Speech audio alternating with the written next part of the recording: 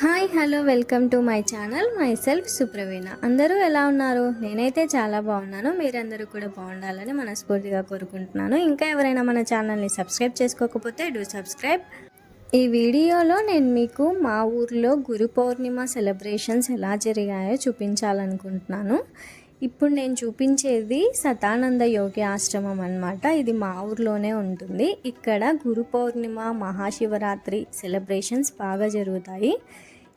కాబట్టి ఈరోజు గురు పౌర్ణిమ కదా, సో ఇది కూడా చాలా బాగా సెలబ్రేట్ చేశారనమాట ఇక్కడ. సో అది మీకు కూడా చూపించాలని నేను అనుకున్నాను, అందుకే వీడియో తీసి పోస్ట్ చేస్తున్నాను.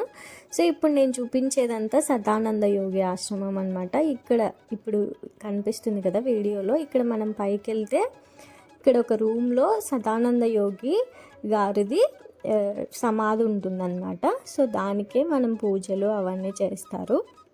మన ఛానల్ని ముందు నుంచి ఫాలో అయ్యే వాళ్ళకైతే ఇది తెలిసి ఉంటుందన్నమాట ఈ ఆశ్రమం గురించి. ఎందుకంటే మన ఛానల్లో ఆల్రెడీ ఈ ఆశ్రమం గురించి ఒక వీడియో ఉంది. ఎవరైనా చూడని వాళ్ళు ఉంటే ఛానల్లోకి వెళ్ళి సెకండ్ ఎపిసోడ్ని చూడండి. నేను ఆ ఎపిసోడ్లో చెప్పానన్నమాట, ఈ సదానంద యోగి గారు మా ఊర్లో ఎలా సమాధి అయ్యారు, ఏంటి దీని వెనకాల ఏంటి రీజన్ అని నేను అందులో చెప్పాను. ఇంట్రెస్టెడ్ ఉన్న వాళ్ళు ఖచ్చితంగా సెకండ్ ఎపిసోడ్ని చూడండి.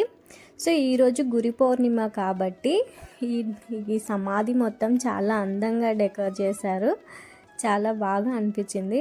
వెళ్ళగానే అక్కడ ఒక పాజిటివ్ వైబ్రేషన్ ఉంటుందబ్బా. వెళ్ళగానే చాలా మంచి పాజిటివ్ ఫీలింగ్ వస్తుంది. సో ఎవరైనా మా ఊరికి వచ్చే వాళ్ళు ఉంటే ఖచ్చితంగా ఇది కూడా చూడడానికి ట్రై చేయండి మ్యాక్సిమం.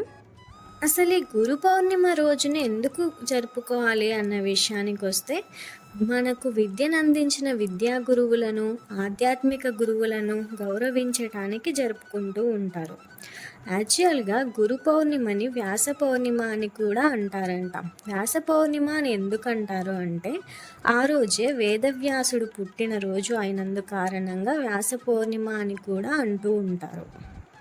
వేదవ్యాస మహర్షిని మానవ జాతికే గురువు అని అంటూ ఉంటారు కదా, అందుకే ఆయన పుట్టినరోజు నాడిని వ్యాస పౌర్ణిమ లేక గురు పౌర్ణిమ లాగా జరుపుకుంటూ ఉంటారు.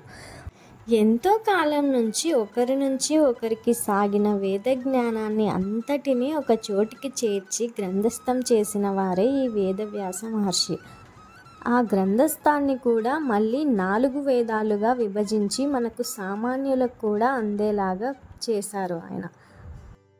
పంచమ వేదంగా పేరు తెచ్చుకున్న మహాభారతాన్ని కూడా మనకు అందించిన వారే ఈ వ్యాస మహర్షి. ఎంతో మంచి వేద జ్ఞానాన్ని, మహాభారతాన్ని మనకు అందించిన వేదవ్యాస మహర్షి పుట్టినరోజునే మనం ఇవాళ గురు పౌర్ణిమగా, గురువులను గౌరవించే రోజుగా జరుపుకుంటూ ఉన్నాం. సో ఆ సెలబ్రేషన్స్లో భాగంగా మా ఊరి సదానంద ఆశ్రమంలో ఆధ్యాత్మిక బోధనలు కూడా చేశారు. సో బోధనలు వినడానికైనా చెప్పడానికైనా కూడా చాలా దూరం నుంచే వస్తారనమాట. ఇక్కడ ఇలాంటి సెలబ్రేషన్స్ ఏమన్నా ఉన్నప్పుడు చాలా దూరం నుంచి వస్తారు. ఇప్పుడు కూడా రాజమండ్రి అటు సైడ్ నుంచి కూడా చాలామంది వచ్చారనమాట. ఇక్కడంతా చాలా డిసిప్లైన్గా ఉంటుంది. మొత్తం భోజనాల దగ్గర కానీ, లేకపోతే ఆ స్టేజ్ ముందర కూర్చునే దగ్గర కానీ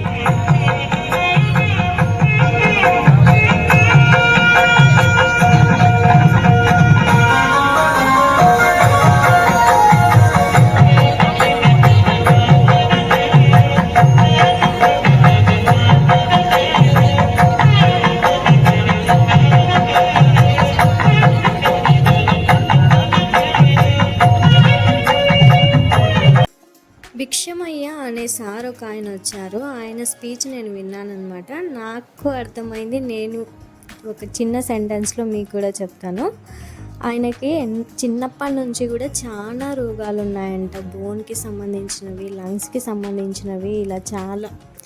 అంటే ఆయన బ్రతకడమే కష్టం అనే టైంలో ఆయన మెడిటేషన్కి వచ్చిన తర్వాత ఆయనకి అన్ని రోగాలు అసలు లేవంట, ఇంకా పూర్తిగా తొలగిపోయినాయంట. సో ఇట్లాంటి కొన్ని స్టోరీస్ విన్నప్పుడు చాలా ఇన్స్పైరింగ్గా అనిపిస్తుంది కదా. అయినా మెడిటేషన్ అనేది మన ఋషుల కాలం నుంచే ఉంది, కాకపోతే మనమే ఇప్పుడు చేయట్లేదు తప్పించి. మెడిటేషన్ చాలా పవర్ఫుల్.